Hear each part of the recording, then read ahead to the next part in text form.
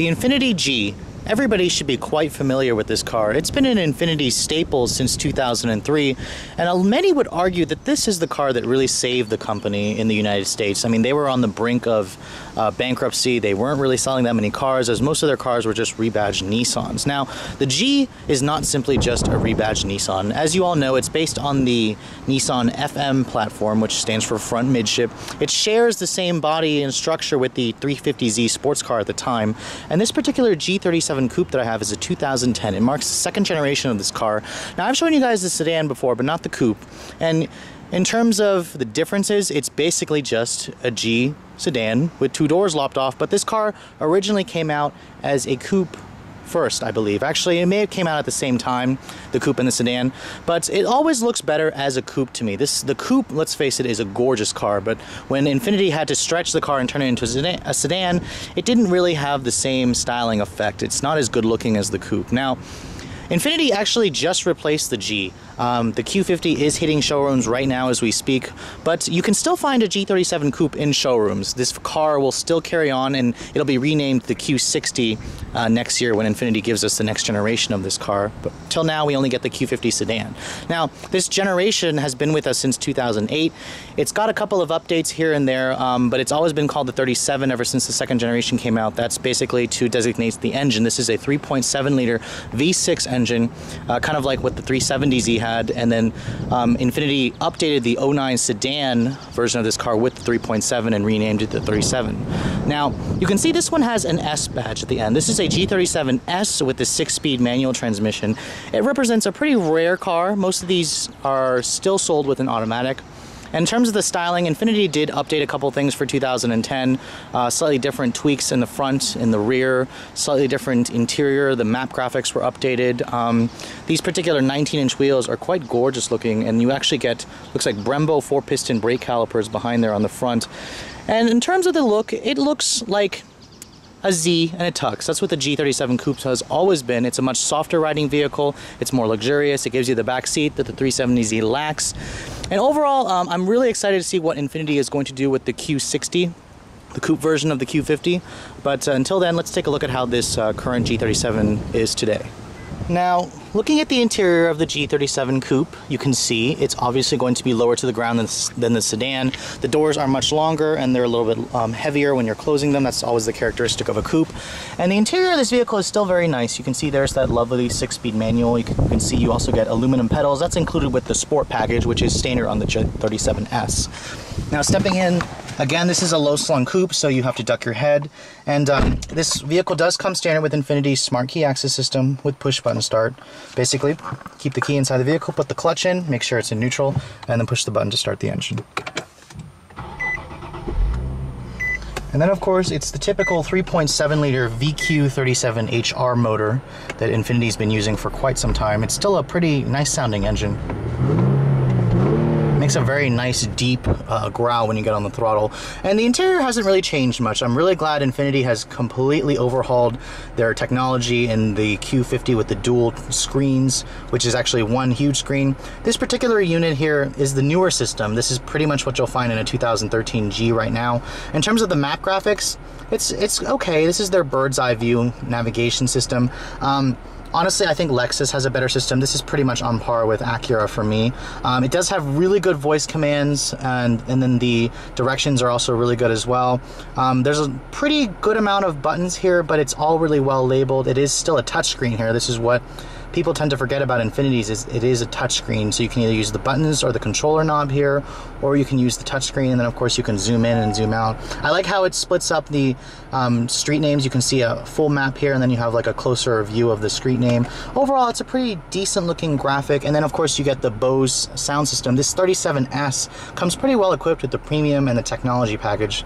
The one thing that you cannot get is like the radar cruise control. That's no longer available on this car. You can see the washi aluminum trim carries over. You can get a wood grain on the sedan. The Coupe 6-speed will only get the aluminum trim.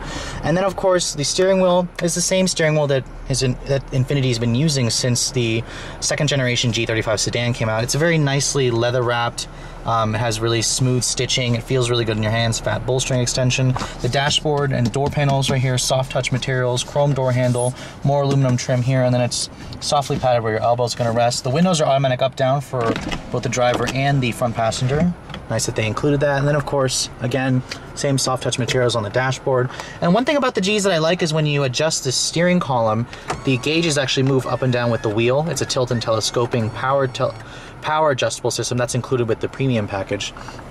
Looking at the glove compartment here, it is nicely lined with felt. It is a rather small size, but it works. It gets the job done, and the storage solutions in here are not bad. Now, when you look at the center console here, the 6-speed model has a different center console slightly, just because this is a manual. You can see the manual transmission actually vibrates a pretty good amount when the vehicle is just idling. And in terms of the shifter, it's an okay shifter. It has pretty easy throws, and it's a short throw shifter. Actually, the last 350Z or 370Z I drove with this transmission I didn't like, but in this car it feels a little bit more refined. It feels easier to use. The clutch is on the heavier side, but it's a pretty short travel. It's also slightly lacking in feel is what I noticed. You do get heated seats. Cooled seats are not available on this coupe, only on the convertible. The cup holders here are rather puny. The sedan, or I'm sorry, the automatic transmission has a slightly different cup holder. You do have a regular handbrake here because it's a manual model. You should really have that. And then of course the center console here is pretty small, but it is lined with felt as well. Now, accessing the back seat of the coupe model is basically done by pulling on this lever here. The seat folds forward. You can see here, if you need the practicality, definitely go for the sedan. Back here, it's not bad for 2 people, I guess, on shorter trips. Surprisingly, you do have soft touch leather right here where your elbows are going to rest, and it is hard plastic on the upper portions here, unfortunately. But for a back seat for a 2-door, this is much better than most of the competition. And again, if you look at the 370Z, there is no back seat. Now, one thing that's missing back here is actually a trunk release from outside. If you look at the trunk lid here, there's actually no release. You have to use the key fob or use the button from inside.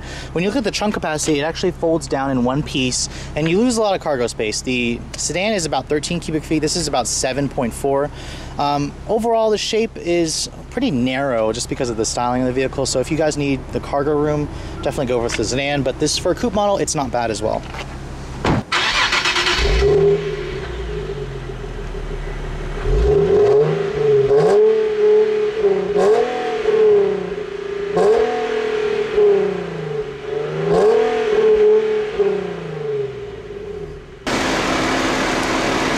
And then of course, coming under the hood, you'll basically find a 3.7 liter VQ37HR motor. HR stands for high revs. You can distinguish this as the 3.7 under the hood from the VVEL badge. The 3.5s will actually just say 3.5. The numbers are pretty impressive, 330 horsepower and 270 pound-feet of torque. The sedans make 2 less at 328. The convertible is at like 321 or 325, something like that. You can get this with with rear or all-wheel drive, and you can get it with either a 7-speed automatic or the 6-speed manual that I have here. It runs on premium gas. With the 6-speed, you're gonna get about 17 city and 25 on the highway. Go with the automatic and it goes up to 1927 on premium gas, of course. And then the all-wheel drive model is in between 1825. And then of course you have a 20-gallon fuel tank. So fuel economy for this thing is thirsty, but it could be a lot worse. Let's take a look at how it actually drives with that 6-speed manual.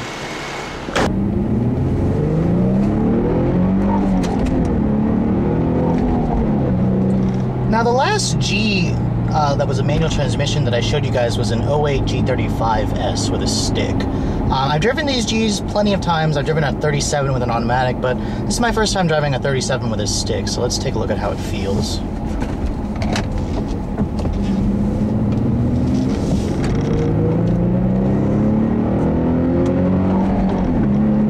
And the one thing I'm noticing is the 37 actually feels a little bit smoother than the 3.5 that I last drove. I've read that the bigger engine, people tend to say, feels either smoother or more rough. Honestly, I think it feels a little bit smoother.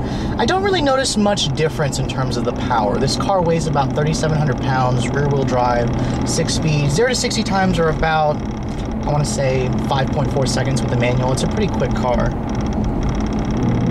And the one thing that I'm actually noticing that I like about this car is the shifter. The shifter is actually not bad. It's much better than that sedan that I last drove. It doesn't have that little rev match function that the 370Z has, but it's a pretty nice sounding engine when you do get the revs up. It is still somewhat of a noisier and less refined engine toward the 7,500 RPM redline, but I'd be curious to see how this engine performs in the new Q50. Infiniti promises it is much smoother and quieter. Now, the handling of the G is still excellent. It is a pretty heavy coupe. I mean, the wheelbase is about 112 inches long, and it's a pretty heavy two-door, but the handling is pretty nice. The steering is pretty heavy. It has really good feedback. This is a hydraulic power steering, by the way, not the electric power steering system in some of its competitors.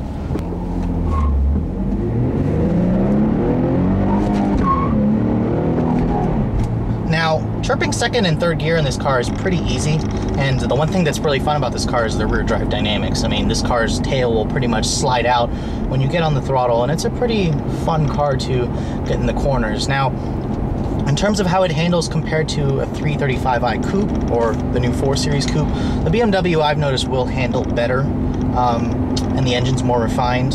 At the same time though, the Infiniti offers its own unique blend of performance, and I like the sound of that 3.7. It's a pretty nice sounding V6, and by the numbers, this car does make more horsepower than the 335i, but of course BMW typically underrates their engines, and the Beamer is still quicker than this car. So those of you who have this car and like to brag to your friends that I make 30 more horsepower than your 335i, don't be snarling or don't be smirking at them for too long when they smoke you at a light, because those 335i's will hit 60 in about 4.8 seconds. In terms of the ride comfort, this thing actually rides pretty well. The 19-inch wheels on this thing don't really crash too much over the bumps, and the visibility is not bad. It's your typical Infiniti G. You have this really curvaceous hood to look over. The pillar here is on the thicker side, but surprisingly, you have a really nice view out of the back.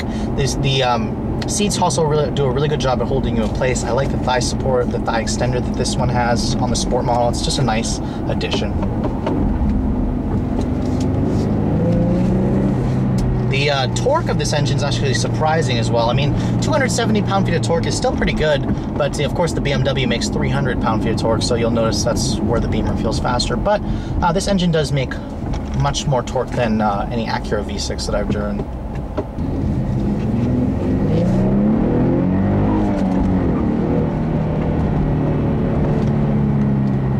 The brakes also have a really strong feel. These are the Brembo brakes with the 4-piston calipers with a really large rotor in the front. So this car is definitely the performance track model to go with if you're looking for something that you could possibly take to the track and drive on a daily basis on your daily commute.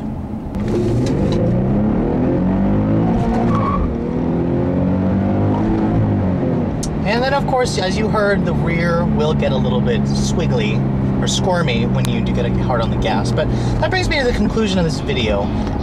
Should you look at a G37 Coupe, especially on the used car market? In terms of the new car market, I definitely think that if you guys aren't ready for the weird nomenclature that Infiniti is going to with their Q50, Q60, Infiniti does offer really good lease deals on the G, especially the remaining 2013s. In terms of the used car market, this also makes a really good choice as well. These cars are very reliable. They feel very solid. This one has 60,000 miles on it, yet it feels pretty much brand new, and you can hammer on it all day long and the car feels like it's built like an ingot. So those of you who are in the market for a sporty luxury coupe like this, make sure you check out a G37. Thanks so much for watching, guys. I'll catch you all later.